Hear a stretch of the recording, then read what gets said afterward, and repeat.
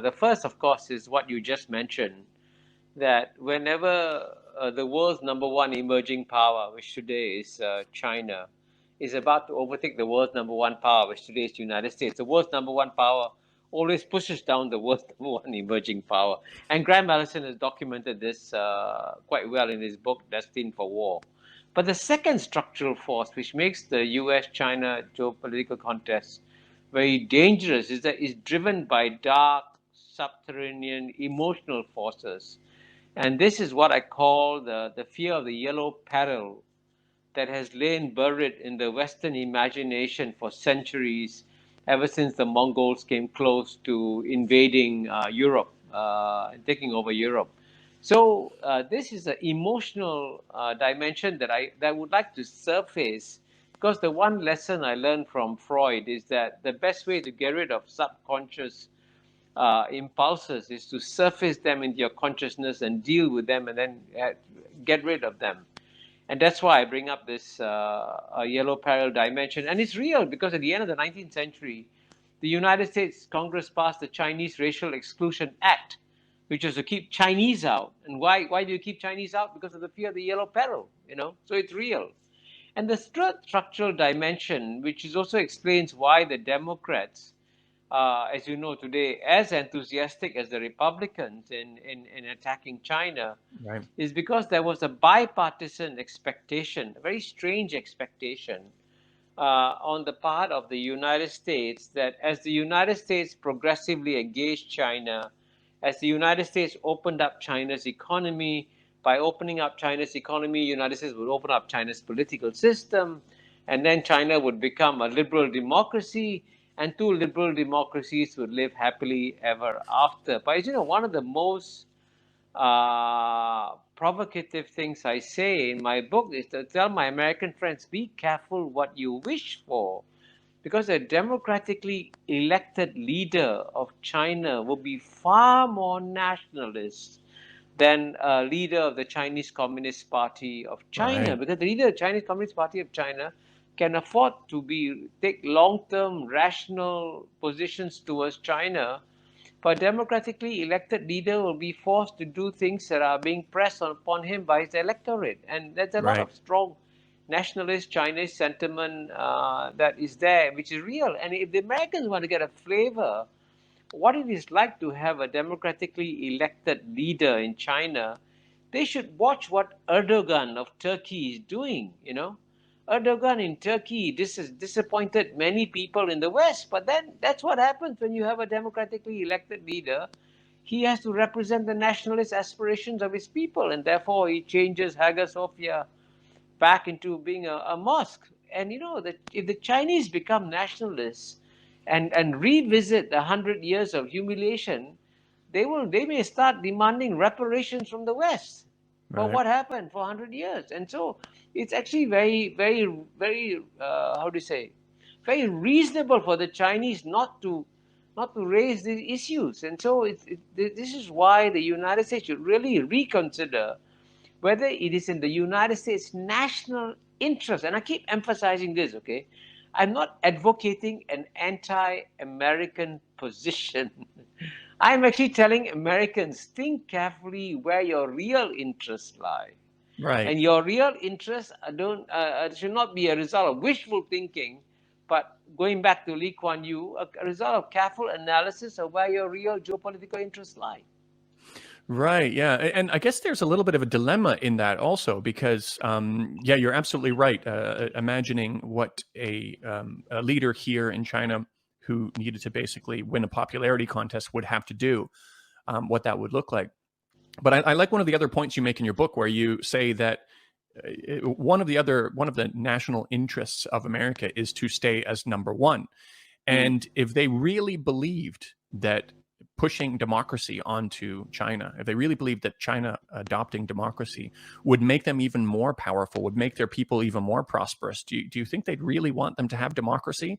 So I guess there's two balancing things. It's like, I think one of the things too is tying back into what you were talking about, whether it's left or right, everybody kind of demonizing China. I remember seeing one of the political ads that Biden was attacking Trump, and basically it looked like this presidential race was going to be a competition between who's going to hate China more, which is, it was the most awkward thing. And people are afraid to say, like, politicians aren't allowed to say positive things about China. I remember when Bernie Sanders was running, they dug up a really old video of him where he said that the Soviet Union has great social programs, and in Russia, the subways are beautiful. They have chandeliers. And they used that as a video to say, look at him saying something good about a communist country. It was like just this, so the Red Scare, back then. And I was like, what? But that's legitimately true. But it's created a situation. Oh, you go ahead. Yeah. No, I was going to say that what you just pointed out, you're right. I mean, the next 4 months leading up to the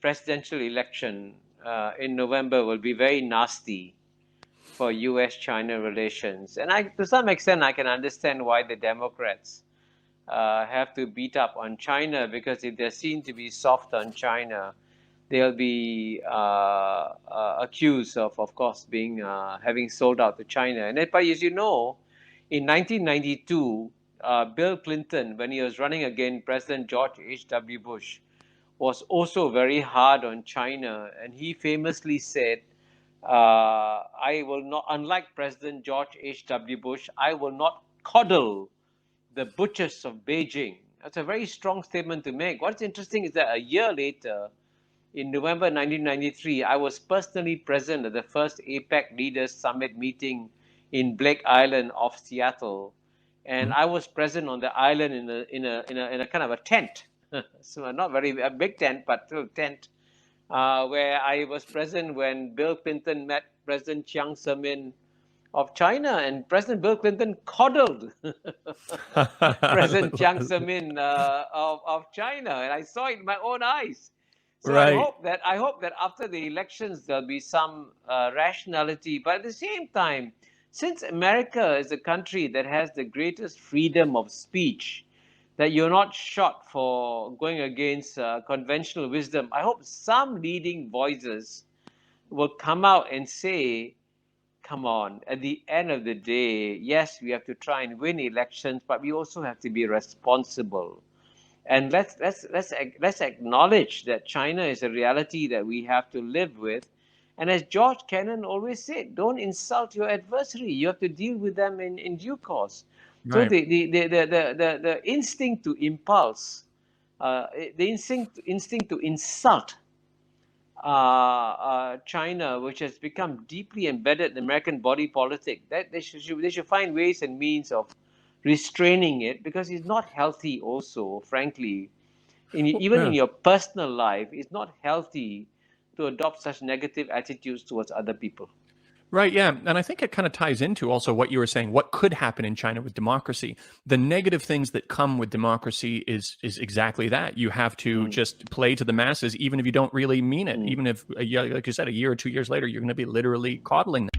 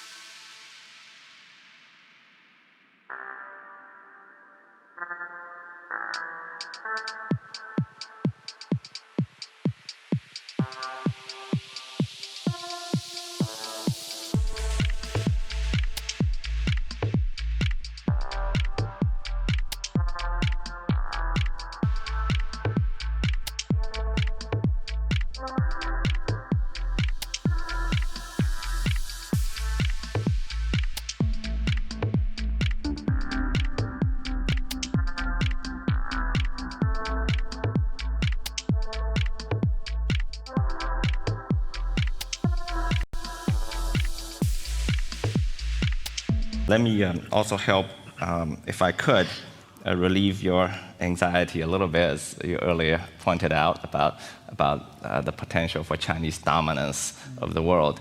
Let me say this: I will wager a bet today that in 25 years, when we return for the 50th anniversary of the Nexus conference, that you're very welcome. that China will not be dominating the world at that time. And I'll wager that bet for two reasons. One is because I don't believe China intends to dominate the world. And number two is, even if they did, they would fail at it. Because we've moved way past beyond the age of dominance. I think it'll be difficult for any one power to dominate the world. It's the wrong mindset. And let me, if I could,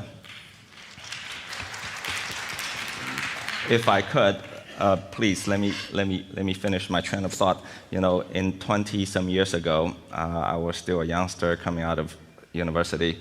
At that time, China was just beginning to, sort of barely joining the WTO, was trying to, emerge. And there was a lot of anxiety at that time, even. And I read one day, I was reading the Wall Street Journal, I think, on the left column. There was a picture of the Chinese grand strategist Zheng Bijian, who coined the term peaceful rise. And he said that China's aspiration is to rise peacefully. And I read that. I was very excited. I went out and talked to people and said, we're going to rise peacefully.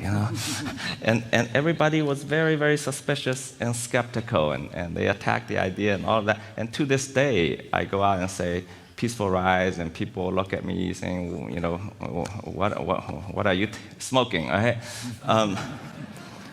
But let me just say this. In my lifetime, just in my career, peaceful rise has already happened. It's a fact on the ground. We went from, since I started my career in business, we went from a poor agrarian country to a behemoth that that is China today. Behemoth in every respect, okay? Yet, no country has been invaded, not a single shot fired, no violence. And if you look at human history, the rise of every power, from Athenian Empire to the Roman Empire to the British Empire to America's manifest destiny to the rise of modern Germany and modern Japan, Ottoman Empire, every single one of them, their rise was accompanied by tremendous bloodshed, colonization, wars, massacres, okay? And China's rise to date has been bigger and faster than them all. Mm-hmm. But no war yet. So that's something to celebrate. I'm not predicting the future, but at least the achievement to date is something worthy of celebration and worthy of cultivating further.